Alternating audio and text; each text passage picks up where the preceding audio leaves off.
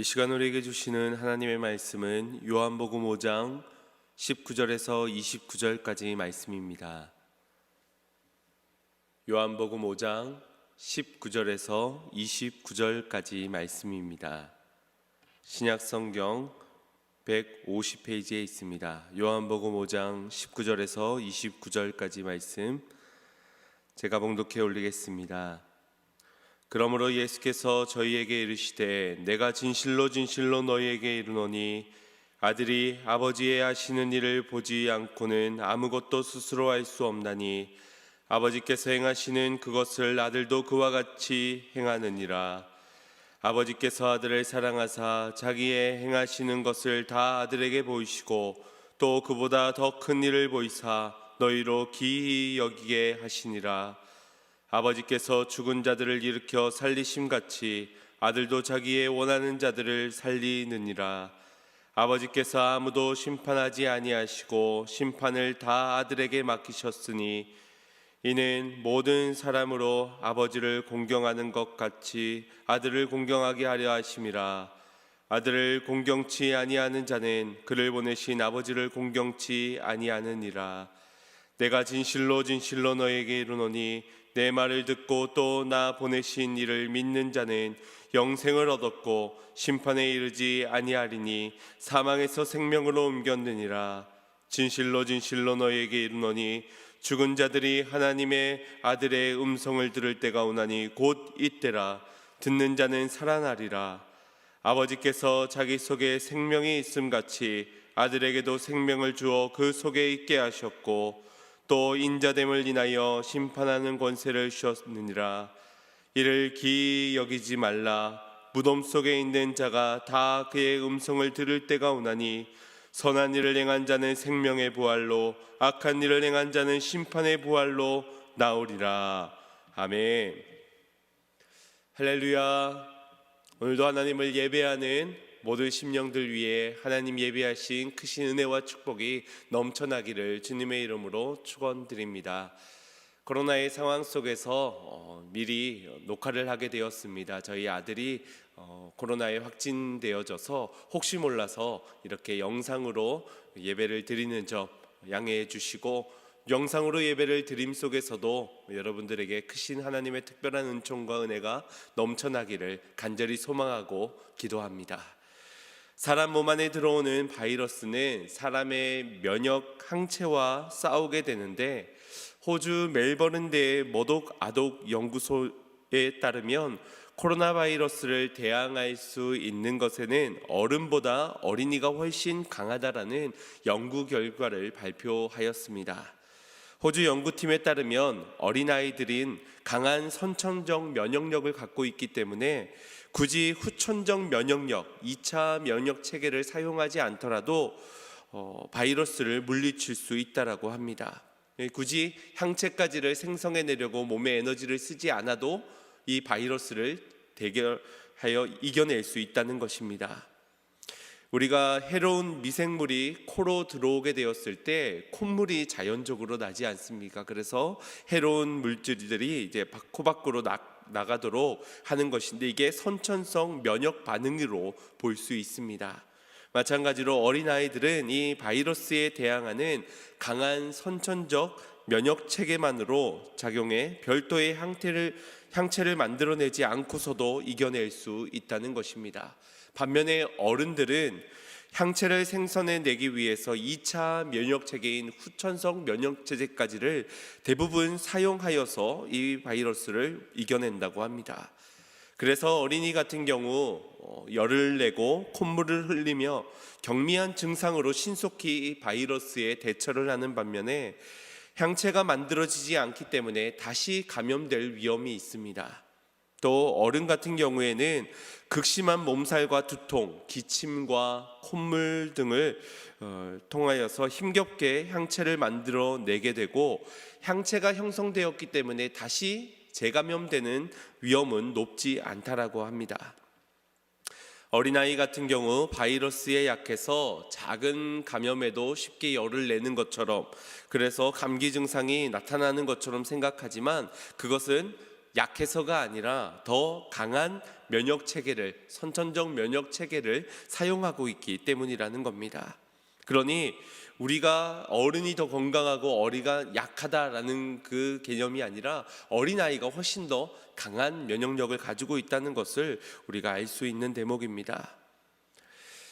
어른 같은 경우는 대부분 아픔이 있을 때, 고통이 있을 때 웬만해서는 참으려 합니다.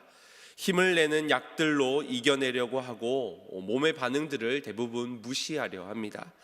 몸은 이상이 있어서 비상벨을 울리는데 이 어른들은 정신력으로 또 버틸 수 있고 또 여러 에너지 공급책들을 통하여서 이것들을 잠시 무마시키는 그렇게 버텨내는 경우들이 많습니다. 그런데 이렇게 버티다 보면 어떻게 되겠습니까? 몸의 이상을 그냥 무시하고 넘어가다 보니 이 질병을 쉽게 이겨내지 못하고 쓰러지거나 하는, 그래서 병을 더 악화시키는 경우들이 있다라는 것입니다. 이렇게 바이러스에 대항하는 우리 몸의 면역 체계가 어른들보다는 어린아이들이 강하다라는 기사를 보면서 이런 생각이 들었습니다. 우리의 영적인 면역력도 그러하겠구나. 순수한 어린아이들의 경우에는 이 죄라는 바이러스가 몸에 침투하였을 때 훨씬 신속하게 반응합니다. 그래서 눈물로 회개하고 회복하면서 다시 그 죄를 벗어난 모습으로 살아갑니다. 그러나 우리 어른들의 경우는 어떡합니까? 죄에 무감각하고 쉽게 그 죄와 타협하고 때로는 그 죄들을 무시하며 살아가지 않습니까? 이 정도는 괜찮을 거야, 이 정도는 죄가 아니야 라고 생각하면서 말입니다. 그래서 예수님께서도 마태복음 18장에서 누구든지 어린아이와 같지 아니하면 천국에 결코 들어갈 수 없느니라 라고 말씀하신 것 같습니다. 이미 어른이 된 우리가 무슨 수로 어린아이가 될 수 있겠습니까? 많은 우리의 영적인 면역력을 높여가야 할 것 같습니다. 죄에 민감하게 그리고 신속하게 반응하여 우리의 영혼이 더럽혀지지 않을 수 있도록 거룩한 하나님의 백성답게 살아갈 수 있도록 우리 안에 있는 죄의 것들을 방치해 두지 않고 깨어있는 가운데 신속하게 제거해 나갈 수 있는 영적 면역력이 우리에게 있어야 할 줄 믿습니다. 코로나 바이러스도 심각한 상황이지만 어디 죄보다 심각하겠습니까? 죄의 결과보다 무섭겠습니까? 그러니 그냥 방치해 두지 말고 내 안에 계신 성령님으로 하여금 민감하게 사인을 주실 때에 반응하여서 죄를 회개함으로 우리 안에 있는 모든 죄의 모양들을 다 몰아낼 수 있는 그런 은혜가 저와 여러분에게 있기를 간절히 소망합니다. 오늘 본문 말씀은 예수님께서 유대인들에게 변증을 하고 있는 장면입니다. 무엇을 변증하는가? 그것을 알기 위해서는 이 배경을 살펴보아야 하는데 이것은 우리가 이미 몇 주 전에 살펴보았던 내용입니다. 5장 1절에서부터 기록되어진 내용은 38년 된 병자가 베데스다의 목가에서 병 고침을 간절히 기다리고 헛된 소망을 갖고 있는 그에게 예수님이 찾아가셨던 사건입니다. 요한복음의 7가지의 표적 중 세 번째 표적 사건입니다. 예수님께서 유월절이 가까워 예루살렘 근처에 있는 베데스다 목가를 향하셨는데 그 이유는 이 베데스다 목가의 이름이 헤세드의 집, 자비의 집이라는 이름을 갖고 있지만 정작 누구도 은혜를 얻지 못하는, 누구도 자비를 입지 못하는 헛된 소망이 있는 곳이었기 때문에 주님은 그곳에 진정한 자비를 베풀기 위해서 찾아가셨던 것입니다. 1등만이 살아남는 불공평한 세상, 불평등한 이 세상을 상징하는 이 베데스다에 예수님께서는 38년 된 병자, 불순종의 세월을 상징하는 그 병자에게 찾아가셔서 내가 낫고자 하느냐를 물으셨습니다. 알면서 괜히 묻는 것이 아니라 너가 헛된 소망으로 낫고자 하느냐, 아니면 진정한 소망 대신 예수님으로 진정한 자비의 주인 대신 하나님을 통하여서 내가 낫고자 하느냐를 묻고 계신 것입니다. 그때의 그의 답변은 여전히 나를 도와줄 사람이 없어서 안 된다라는 부정적인 시선과 1등으로 그 뭇에 들어가야만 된다라는 말을 하였습니다. 그런 그에게 주님은 내 자리를 들고 일어나 걸어가라 라는 말씀을 주셨습니다. 우리가 볼 땐 더 큰 믿음의 사람을 찾아 나서야 할 것 같고, 그래서 새롭게 대화를 이뤄가시며 믿음 있는 자에게 기적을 베풀어 줘야 할 것 같지만, 주님께서는 그에게 38년 된 병자에게 소망을 주시고 자비를 베풀어 주십니다. 그 조건 없이 거저 주시는 자비가 진정한 은혜이기 때문입니다. 문제는 이제 그 이후에 38년 된 병자가 자리를 들고 일어나 고침을 받았지만 그때가 다름 아닌 안식일이었다는 것이 문제가 되었습니다. 유대인들은 안식일을 어기는 것이다, 병자를 꾸짖으며 그를 고친 자를 찾아나려고 야단이었습니다. 하루만 일찍 아니면 하루만 늦게 그 병자를 고쳐주셨더라면 아무 문제도 없었겠다 싶어서 왜 하필 그날인가, 왜 하필 안식일이었는가 생각할 수 있겠지만, 주님은 진정한 안식일의 주인 되신 하나님, 곧 그분이 자기 자신임을 알게 하기 위하여 정한 그날에 그 기적을 그 사람에게 베푸신 것입니다. 우리의 생각엔 아프지 않으면 괜찮을 것 같고 참을 수 있을 정도면 상관없다, 다행이다라는 생각까지 할 겁니다. 문제만 터지지 않으면 문제될 것이 없다라는 생각이 있다라는 것입니다. 그러다가 문제가 터지면 누구를 탓하든지 아니면 괜히 죄수가 없어서 고생한다고 불평을 하게 됩니다. 하지만 그렇지 않습니다. 오히려 열이 나는 바람에 더 큰 질병으로부터 고쳐질 수 있는 겁니다. 몸의 이상을 미리 감지할 수 있었기 때문에 우리가 더 큰 병을 예방할 수 있게 된 것이라는 겁니다. 그러니 더 큰 문제가 일어나기 전에 신속하게 조치를 취할 수 있었다면 이것은 감사한 일 아니겠습니까? 앞서 문제가 터졌기 때문에 더 큰 문제를 야기하지 않을 수 있게 된 것일 수 있다라는 것입니다. 다만 깨닫고 대비하고 깨달아 돌이킬 수 있어야지, 문제가 일어났는데 증상이 나타났는데 불만 불평만 하고 원망만 하다가 계속 살아가는 그 방식대로, 그 습관대로 죄악의 길을 간다면 그 아픔은 무의미한 아픔으로 끝나져 버리게 말 것입니다. 그 화에는 더 큰 화로 다가오게 될 것이라는 것입니다. 38년 된 명자에게 있어서 육체의 질병은 고침받아 다행일 수 있으나 정작 그 영혼은 진정한 안식의 주인이신 예수님을 모셔드리지 못한 모습입니다. 14절 말씀을 보겠습니다. 합독해 봅니다. 그 후에 예수께서 성전에서 그 사람을 만나 이르시되, 보라, 내가 나았으니 더 심한 것이 생기지 않게 다시는 죄를 범치 말라 하시니. 아멘. 이 말씀을 통해서 알 수 있는 것은 그의 질병이 그의 죄로 인하여서 왔다라는 사실입니다. 그리고 현재도 그가 계속적으로 그 죄를 짓고 있기에 이와 같은 말씀을 하셨다는 것이고, 앞으로도 너가 이와 같은 죄를 짓는다면 더 심한 것이 생기게 될 것이다. 그러니 죄를 범치 말라라고 말씀하고 계신 겁니다. 이 말씀이 그에게 은혜인 줄 알았다면, 이것으로 앞으로 살아갈 자신의 인생에 있어 대비하고 준비하고 깨어 있어서 구별되어진 삶을 살아갔다면 얼마나 그것이 은혜겠습니까? 이 말씀이 은혜인 줄 알았다면 더 심한 것이 생기기 전에 축복의 삶을 살아갈 수 있었겠지만, 그에겐 이 말씀이 불편하게 작용했던 것 같습니다.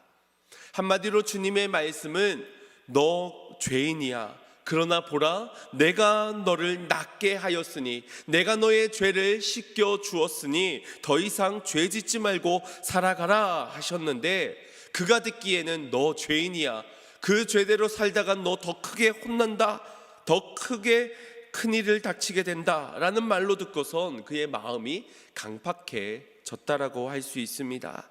그래서 15절에 이렇게 반응합니다. 그 사람이 유대인들에게 가서 자기를 고친 이는 예수라 하니라. 은혜를 베푸신 예수님을 유대인들에게, 지금 이 안식일을 어긴 자를 찾고 있는 그들에게 고발한 것입니다.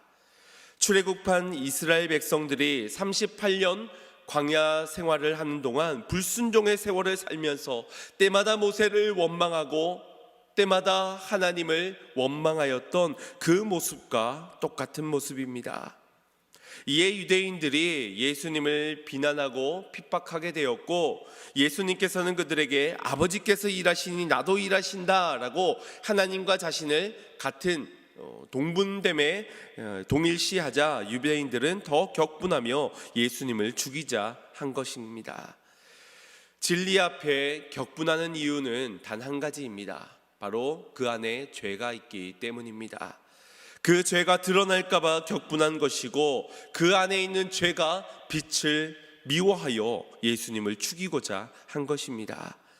그러나 빛은 어두움을 피해 도망가는 법이 없습니다. 죄인을 위해 오셨으니 주님은 어두움을 밝히시기 위해서 그들에게 오히려 더 다가가셨습니다. 그리고 오늘 본문의 말씀을 그들에게 변증하시며 말씀해 주시는 것입니다. 우리 그 빛 대신 주님의 말씀 19절 말씀을 합독해 보겠습니다. 시작. 그러므로 예수께서 저희에게 이르시되 내가 진실로 진실로 너희에게 이르노니 아들이 아버지의 하시는 일을 보지 않고는 아무것도 스스로 할 수 없나니 아버지께서 행하시는 그것을 아들도 그와 같이 행하느니라. 아멘. 아버지의 하시는 일을 아들이 보지 않고서는 아무것도 할 수 없다. 아버지께서 행하시는 것을 보았기에 그 아들도 그와 같이 행한다라고 말씀하십니다. 지난주에 말했듯이 보는 것이 우리에게 매우 중요합니다. 아들은 보았으므로 아버지의 증인으로 살아갈 수 있게 된 것이고, 본대로 아들도 그대로 행하였기에 아버지의 동력자로 이 땅에서 사역할 수 있게 되는 것입니다. 가끔 주위를 둘러보면 정의를 내세우며 어둠과 싸우려는 정의의 사도 같은 사람들이 출현하곤 합니다. 얼마나 그 일에 열심인지 불의에 격분하고 어둠을 정죄하며 사람들의 죄를 낱낱이 파헤치면서 비난하고 맙니다. 그런 사람들은 교회 안에서도 있고 언론에서도 찾아볼 수가 있습니다. 마치 그 모습은 너 죽고 나 살자는 것처럼 느껴지기까지 합니다. 공의를 위해 싸우는 것이지만 그들에게 과연 사랑이 있는가라는 의문을 품게 만들기도 합니다. 이유가 무엇입니까? 바로 아버지의 하시는 일을 보지 못하였기 때문 아니겠습니까? 보지 않고 증인 노릇하려고 하니, 보지 않은 채 판결자로 심판자로 나서려고 하니 공의는 있지만 사랑은 없는 자들의 모습, 바로 이 때문입니다. 보지 못하였기 때문에. 바로 이것이 38년 된 병자와 여러 유대인들의 모습인 것입니다.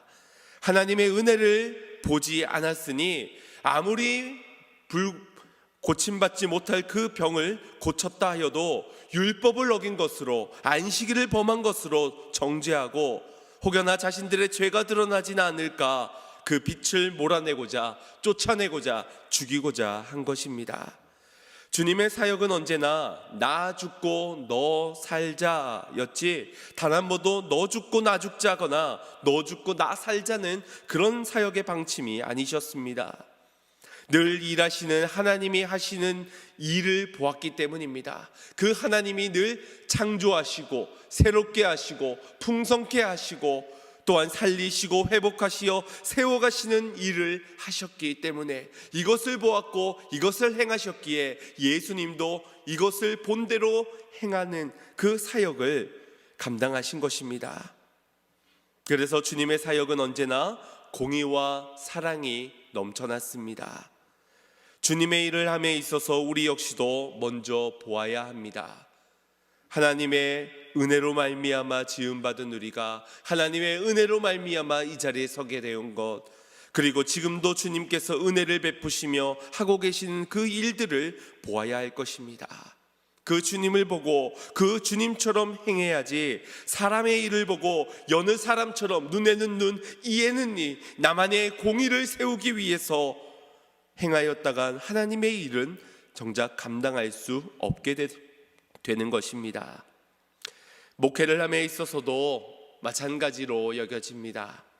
성경적 지식은 늘어가고 사람을 대하는 경험치들이 늘어나면서 저 사람의 옳고 그름이 판결되어지고 다르고 틀린 것이 구분되어지면서 정작 사랑으로 인도하시는 주님을 보지 못하기 때문에 때로는 양들을 정죄하고 판단하고 때로는 그 속에 미워하며 끊어내려는 시도까지 하게 되는 것 같습니다. 저들을 보면서 공의와 함께 사랑이 있다면 저들의 영혼을 위해서 먼저 기도할 것이고 사랑으로 저들을 이끌어내기 위해서 주님 앞에 간구할 것입니다. 보지 않고서는 아무것도 스스로 할 수 없느니라. 우리가 주님의 사랑과 공의의 사역을 보지 못한다면 지금도 일하시는 그분, 나를 사랑하셨고 그래서 나를 여기까지 세워주셨던 그 사랑과 은혜의 공의를 보지 못한다면 오늘 우리도 아무것도 할 수 없을 것입니다. 할 수 있는 것들은 있을 겁니다. 그러나 하나님의 나라의 일은 감당할 수 없는 것입니다. 고치시고 치유하시고 살리시고 풍성케 하는 그 일은 할 수 없다라는 것입니다. 결국 보냄을 받은 자답게 살 수가 없게 되는 것입니다. 주님은 우리에게 증인이 되라 말씀하셨습니다. 증인이 무엇입니까? 무엇을 목격한 자가 보고 들은 것을 그대로 증거하는 자가 증인입니다. 우리는 보고 들은 자로 목격자가 되어야 하고 목격자가 증인으로서 행세할 수 있으니 먼저 보고 먼저 들어야 한다는 것입니다. 목격하기는 했는데 하필 예수님의 그 많고 많은 사역 중에서 상을 엎으시면서 이 독사의 자식들아 외쳤던 그것만 보고 들은 자처럼 살아가는 이들이 얼마나 많은지 모릅니다. 주님은 더 많은 사역들 가운데서 영혼을 긍휼히 보시며 눈물을 흘리시고 그들을 위해 기도하시며 사랑하시되 끝까지 사랑하시며 희생하셨던 그 예수님을 보고 그 말씀을 들은 목격자답게 살아가야 하지 않겠습니까? 이것이 바로 주님께서 요구하시는 증인의 모습인 것입니다. 그래서 예배를 드리기 전과 예배를 드리고 난 후에 우리의 모습은 달라져야 합니다. 큐티를 하고 성경 일독을 하고 제자 훈련을 받으면서 더 확실하게 주님을 보고 더 확실하게 주님의 말씀을 듣게 되었다면 이제 우리는 주님처럼 삶이 달라지고 주님과 같이 증인으로 살아가야만 하는 것입니다. 보고 듣는 것만으로도 수고로움이 있을 것이고 그 보고 들은 것을 지켜 행하는 것엔 더 큰 수고가 따르게 될 것이지만 그럼에도 주님은 우리에게 말씀을 주십니다. 주님은 보라 하시고 그 말씀을 들으라 하시고 그리고 그 말씀을 믿으라 하십니다. 그 이유를 20절 말씀에 이렇게 말씀하고 계십니다. 합독해 봅니다. 아버지께서 아들을 사랑하사 자기의 행하시는 것을 다 아들에게 보이시고 또 그보다 더 큰 일을 보이사 너희로 기이 여기게 하시니라. 아멘. 하나님께서 자신의 일을 아들에게 보이시는 이유는 사랑하시기 때문이었다라고 말씀하십니다. 이 사랑에는 신뢰가 있습니다. 보이신 것을 그대로 행할 것이라는 신뢰, 그 신뢰를 바탕으로 사랑하시며 보이신 것입니다. 비록 수고가 따르고 희생이 따르더라도 그 아들을 사랑한 것 같이 우리를 사랑하시기 때문에 주님은 오늘도 우리에게 보여주시고 들려주신다라는 것입니다. 그리고 그보다 더 큰 일을 보이사 너희로 기이 여기게 하시리라. 우리에게 기이 여기게 하시려는 목적을 가지시고 아들이신 예수님에게 명하신 것입니다. 그 더 큰 일이 무엇입니까? 하나님 아버지로부터 받은 예수님의 사명이 무엇인지를 21절에 이렇게 말씀하고 있습니다. 합독합니다. 아버지께서 죽은 자들을 일으켜 살리심같이 아들도 자기의 원하는 자들을 살리느니라. 아멘. 살리시기 위해서, 죽은 자들을 일으켜 살리시기 위해서. 여기 일으켜에 해당하는 단어가 에게이로라는 헬라어인데, 이 말씀은 이 8절 요한복음 5장 8절 말씀에 이 38년 된 병자에게 예수님께서 하셨던 일어나 내 자리를 들고 걸어가라 라고 하셨을 때 그 일어나라 라는 말씀과 같은 말씀입니다. 즉 예수님께서는 믿음 없이 불신의 세월을 38년 동안 살아갔던 그 병자를 일으키신 이유는 바로 하나님의 뜻이기 때문이요, 그를 살리려 하시는 하나님의 일을 그 아들이신 예수님이 행하셨던 것입니다. 사람들이 이 좋은 일을 왜 기이 여기겠습니까? 아직 아버지의 일을 보지 못하고 듣지 못하고 믿지 않았기 때문입니다. 왜 나만 겪는 고난인지 혹시 기이 여기고 계십니까? 왜 수많은 사람 중에 왜 내게 이런 문제가 생겼는지, 왜 이런 질병의 고통, 가정의 문제, 내 인생에 이런 불행들이 닥치게 되었는지 기이 여기십니까? 이유는 아직 보지 못하고 아직 듣지 못하고 믿지 못하였기 때문일 것입니다.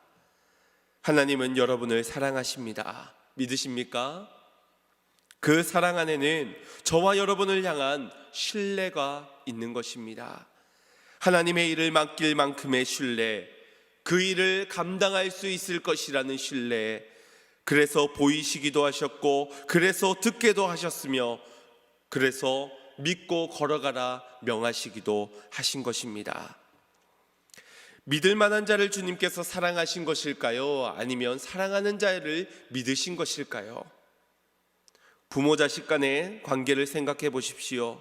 아무리 못난 자식이어도 부모는 그 자식을 믿습니다.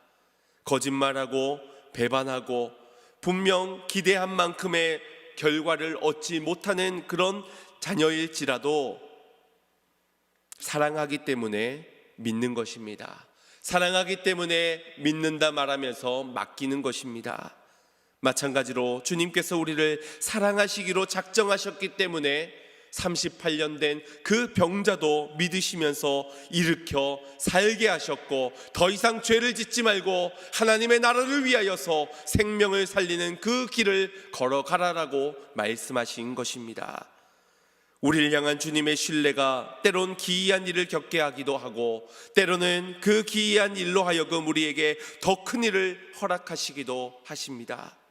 이는 사랑하시기 때문에, 신뢰하기 때문에 우리에게 주신 선물과도 같은 것입니다.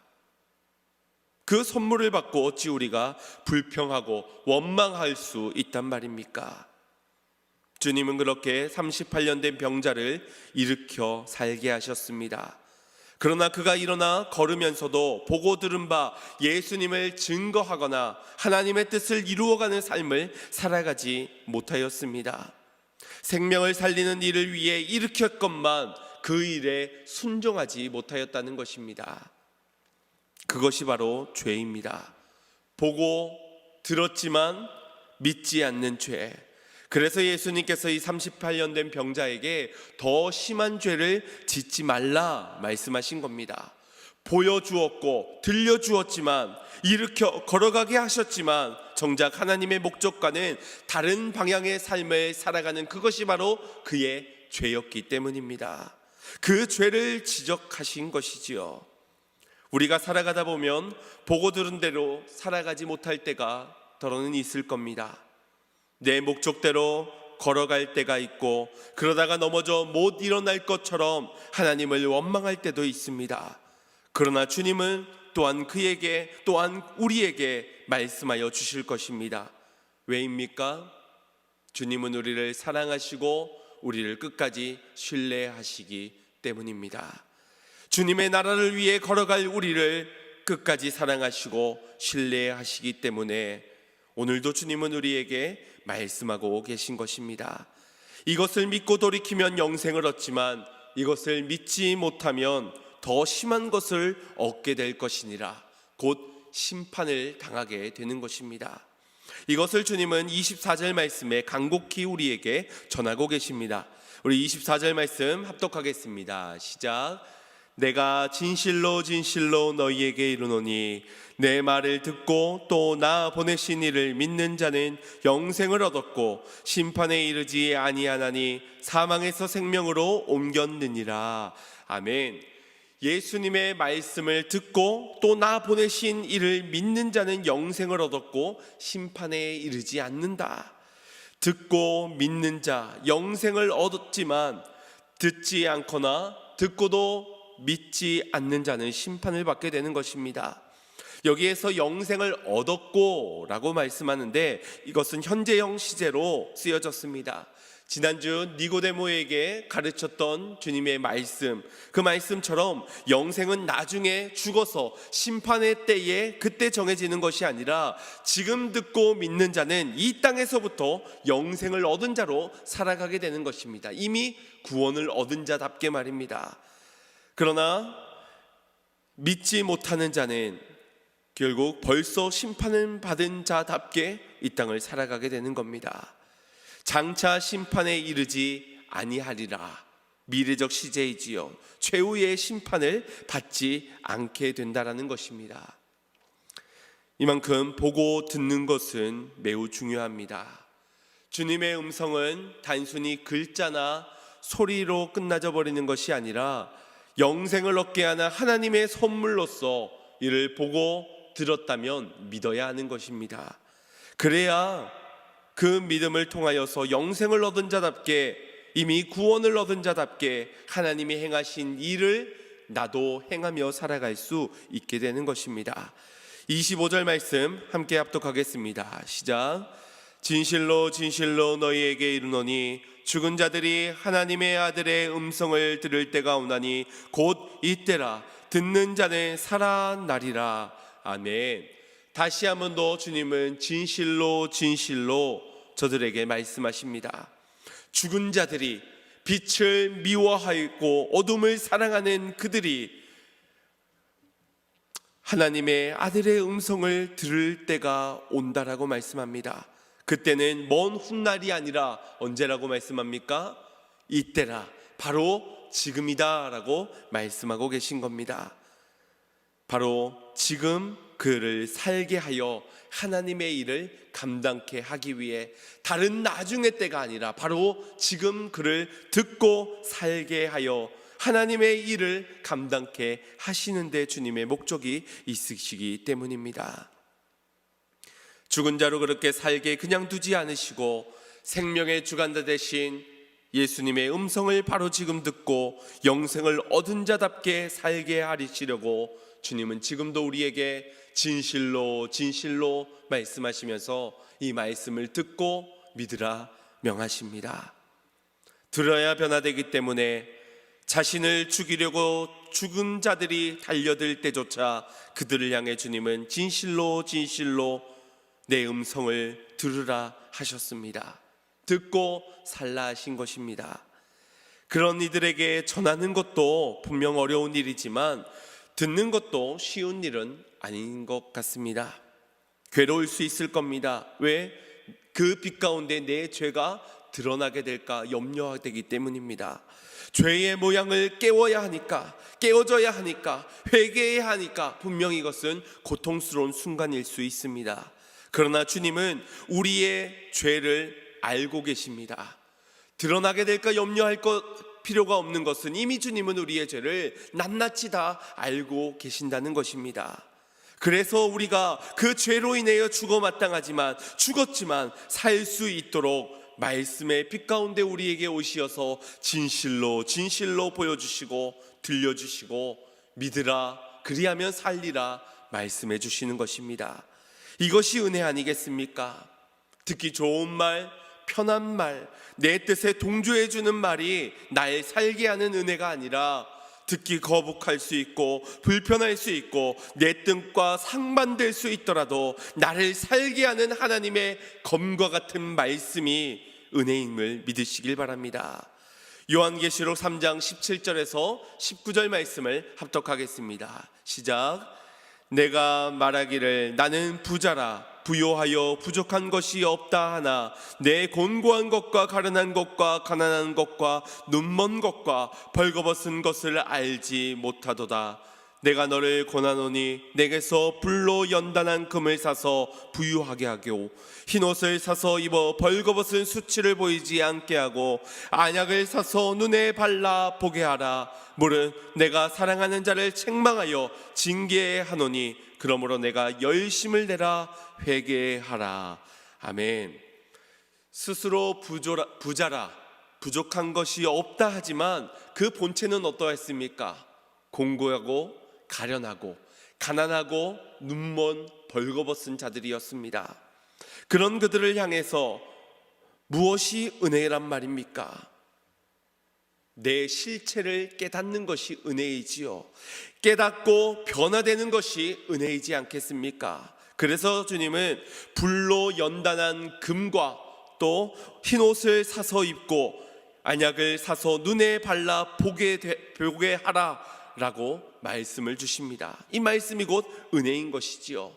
비록 수고와 연단과 대가를 치러야 함은 있겠지만 그로 인하여서 얻게 되고 입게 되고 눈을 뜨게 되어 보게 된다면 그것이 바로 진정한 은혜라는 것입니다. 그래서 주님께서는 그 은혜의 자리로 초청하시면서 무릇 사랑하는 자를 책망하신다. 사랑하기 때문에 책망하신다. 그러니 너는 그 책망의 은혜 앞에, 사랑의 음성 앞에 열심을 내어 회개하라 말씀하시는 것입니다. 회개함으로 살게 되기 때문에 20절 말씀에 이어서 이렇게 말씀하십니다. 합독하겠습니다. 볼지어다 내가 문 밖에 서서 두드리노니 누구든지 내 음성을 듣고 문을 열면 내가 그에게로 들어가 그로 더불어 먹고 그는 나로 더불어 먹으리라. 아멘. 때로는 질병을 통해, 사업의 실패를 통해, 좌절을 통해 우리의 문을 두드리고 계십니다.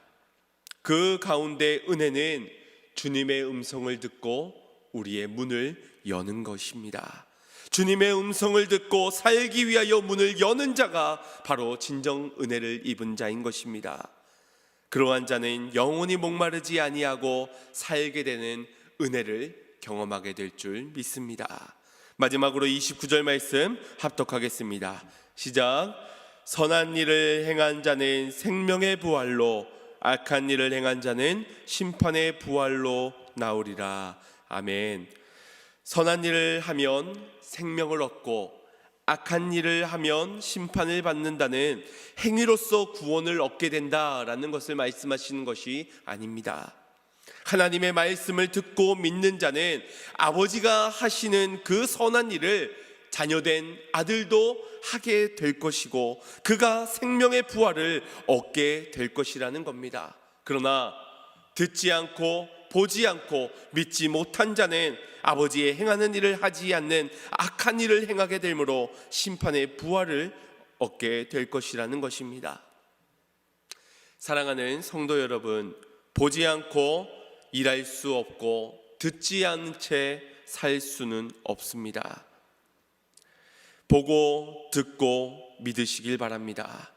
지금도 주님은 우리에게 살게 하기 위하여 사랑하기 때문에 너희를 신뢰한다 말씀하시면서 진실로 하시며 우리의 마음의 문을 두드리고 계십니다. 그 빛 되신 주님을 보고 진리의 말씀을 듣고 영접하여 생명의 주관자 되시는 하나님을 믿는 자 되시기를 간절히 소망합니다. 보고 듣고 믿는 자로 산다는 것, 곧 이 은혜를 받아들이고 이 은혜를 믿음으로 참여하여 변화된 삶, 곧 선한 일, 하나님이 행하신 그 일을 참여하는 삶으로 변화된 삶을 살겠다는 것입니다. 사망에서 생명으로 옮기셨고 영생을 이미 얻었고 아버지가 행하신 일을 보이셨으니 그 선한 일을 자녀된 우리도 함께 행하는 변화가 일어나게 되는 것입니다. 주님은 우리를 사랑하심으로 신뢰하심을 믿으시길 바랍니다. 그래서 또한 일어나 걸어가라 말씀하시는 겁니다. 다시는 범죄치 말고 아버지의 일을 행하면서 살아가라. 더 이상은 죄악의 길에 세상 가운데 어둠을 사랑하여 나아가지 마라. 아버지의 일을 너희에게 보이셨으니 그 아버지의 행하던 일을 너희도 함께 행하여 너희가 살게 된 것처럼 살게 하는 사역을 감당하라고 말씀하고 계신 줄 믿습니다. 그 주님의 음성에 민감하게 반응할 수 있는, 신속하게 반응할 수 있는 저와 여러분이 되기를 소망합니다. 어린아이와 같이 비록 오랜 세월 동안 죄와 타협하며 죄로 보타여 살아갔던 우리에게 이것은 죄로 아닐지 여겨지는 그런 무감각해진 상태일지라도 우리가 다시 한 번 더 주님이 진실로 말씀으로 찾아와 우리의 마음을 두드리실 때에 주님의 거룩한 영을 영접함으로, 거룩한 영의 충만함으로 나아가 죄 앞에 신속히 회개함으로 반응하며 더 이상 죄악의 악한 일을 행하는 자리에서 벗어나 주님이 원하시는 선하신 일에 힘쓰는 우리 양문교회 모든 성도님들이 되기를 간절히 소망합니다. 나중은 없습니다. 나중을 위해서 지금 말씀하시는 것이 아니라 지금 이때부터 하나님의 그 선한 일을 위해서 저와 여러분을 초청하고 계신 것입니다. 하나님의 음성을 들어야 할 때는 바로 지금이라는 것입니다. 오직 우리를 사랑하시기 때문에 보이시고 듣게 하시고 믿게 하신 하나님의 그 선하신 일에 믿음으로 참여하여 생명을 살리는 그 귀한 일에 헌신하는 양문의 모든 성도님들이 다 되시기를 주님의 이름으로 축원드립니다. 우리 말씀을 생각하시면서 주님의 은혜를 사모했으면 좋겠습니다. 나의 삶의 모든 자리에 우리의 마음 문을 두드리며 빛 가운데로 우리의 삶에 찾아오시는 그 주님을 영접하고 주님 보기를 원합니다. 주님 나도 본대로 행하기를 원합니다. 주님의 말씀대로 살리는 사역을 감당하여 하나님의 나라의 일들을 감당하는 하나님의 거룩한 자녀 되게 하여 주시옵소서. 우리 찬양의 고백 가운데 고백하며 결단의 기도 드리겠습니다. 똑바로 보고 싶어요. 똑바로 보고 싶어요. 주님 온전한 눈짓으로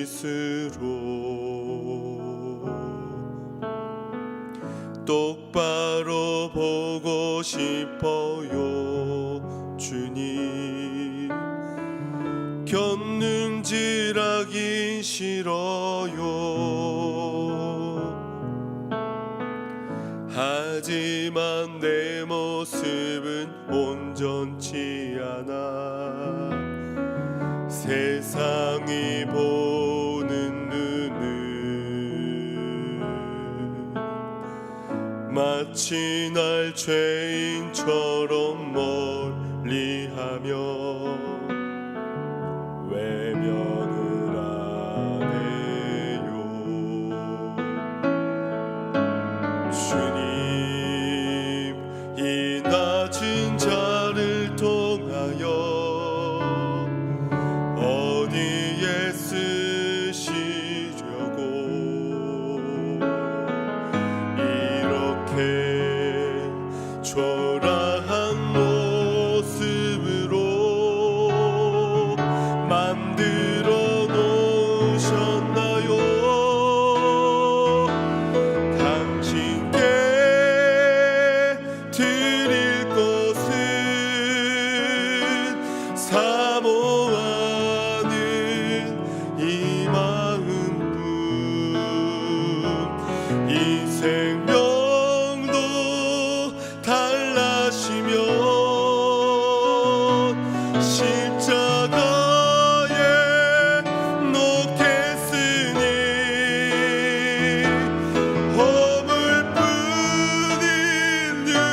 육신 속에 참빛을 심게 하시고 가식뿐인 세상 속에 미랄로 썩게 하소서. 하소서. 기도하는 마음으로 고백합니다. 똑바로 걷고 싶어요 주님, 온전한 몸짓으로. 똑바로 걷고 싶어요 주님, 기우뚱하긴 싫어요. 하지만 내 모습은 온전치 않아.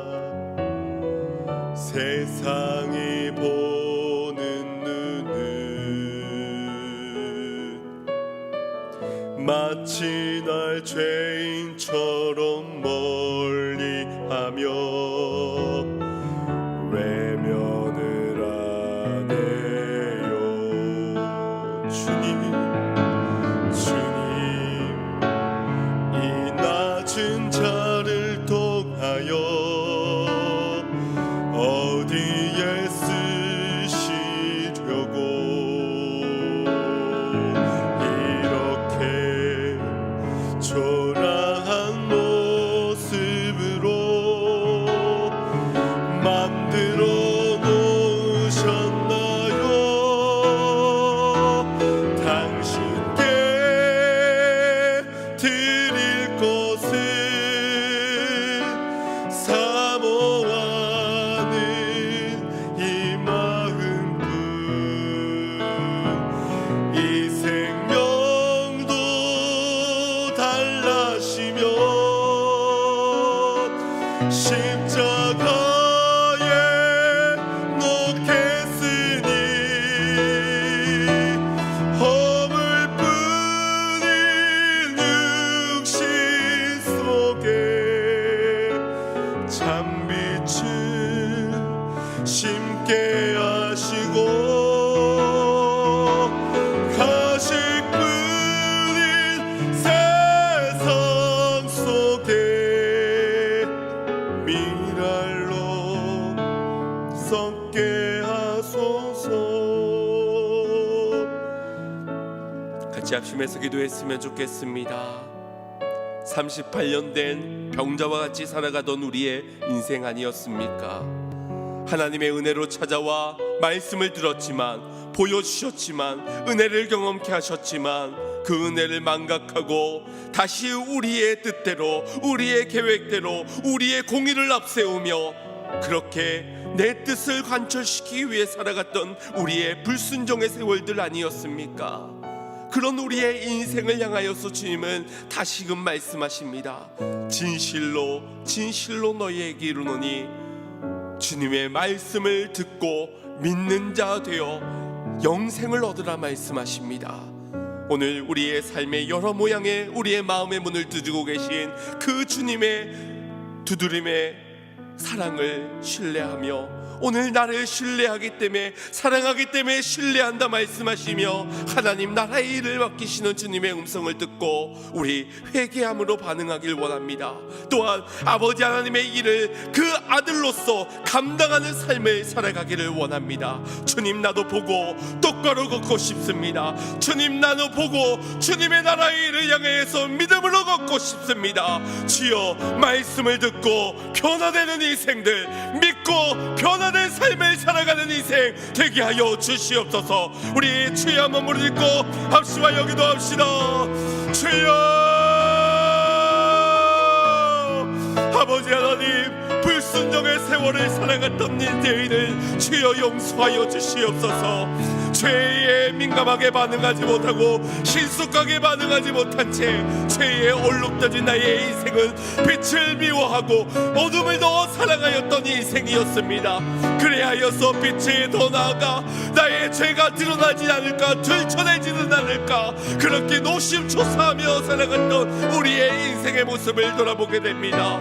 주여, 주님이 우리를 사랑하시고 주님이 신뢰하기 때문에 또한 말씀하시는 것을 거부한 채 다시 죄를 벗하여 살아갔던 우리의 인생을 용서하여 주시고, 우리가 아버지 하나님의 음성을 들어야 할 때는 다른 때가 아니라 곧 이때에 하나님을 지금 이 순간임을 기억하며 오늘부터 나를 살게 하실, 지금부터 영생의 길을 걷게 하실, 지금부터 하나님의 일을 동력자로 동참케 하여 주시는 그 주님의 인도를 따라 걸어갈 수 있는 자들 되게 하여 주시옵소서. 우리도 주님을 사랑하기 때문에 아낌없이 나를 내어드리면서까지 주여 생명을 살리는 그 일에, 하나님의 나라를 세워가는 그 일에 내가 쓰임받길 원하오니 주여 말씀이 내 안에 살아 역사하게 하여 주시옵소서.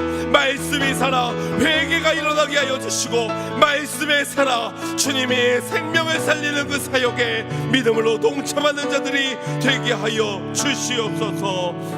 주 하나님